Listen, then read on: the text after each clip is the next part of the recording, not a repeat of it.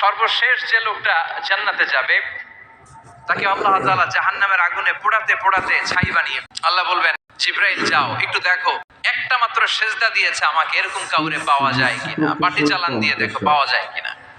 খুঁজে খুঁজে কাউরে পাবে না। আল্লাহ বললেন আবার দেখো, খুঁজে খুঁজে একজনকে পাবে, সামান্য ঈমানের ছিটে ফোঁটা তার অন্তরে ছিল। আল্লাহ বলবেন যেহেতু ছিটে ফোঁটা আছে, অনেক মাইর খাইছে, ওকে বের করে জাহান্নাম থেকে বের করে একটা নির্ধারিত দূরত্বে রেখে দাও, রেখে দেওয়া হবে। কিন্তু জাহান্নামের আগুনের লেলিহান শিখাতে তার গা ঝলসে যাবে।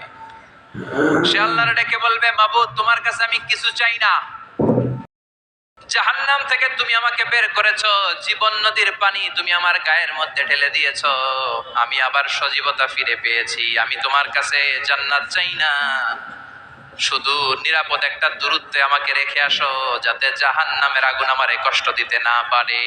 আল্লাহ আমি কিন্তু তোমার কাছে জান্নাত চাই না, কি চাই না, জান্নাত চাই না, কিন্তু জাহান্নামের আগুন আমারে কষ্ট দিচ্ছে, এতটা দূরত্বে রাখো যাতে জাহান্নামের আগুন আমার গায়ে না লাগে। আল্লাহ বললেন ওকে রাখবো, কিন্তু আমার সাথে একটা কন্ট্রাক্টে যেতে হবে যে এটা তোমাকে দিলে তুমি আর নতুন করে কিছু চাবা না। সে বলবে আমি রাজি, কন্ট্রাক্ট হয়ে যাবে। আল্লাহ জিব্রাইলকে বলবেন যাও এমন দূরত্বে রাখো যাতে জাহান্নামের আগুন ওরে কষ্ট না দেয়, রেখে আসা হবে। অনেক দিন সে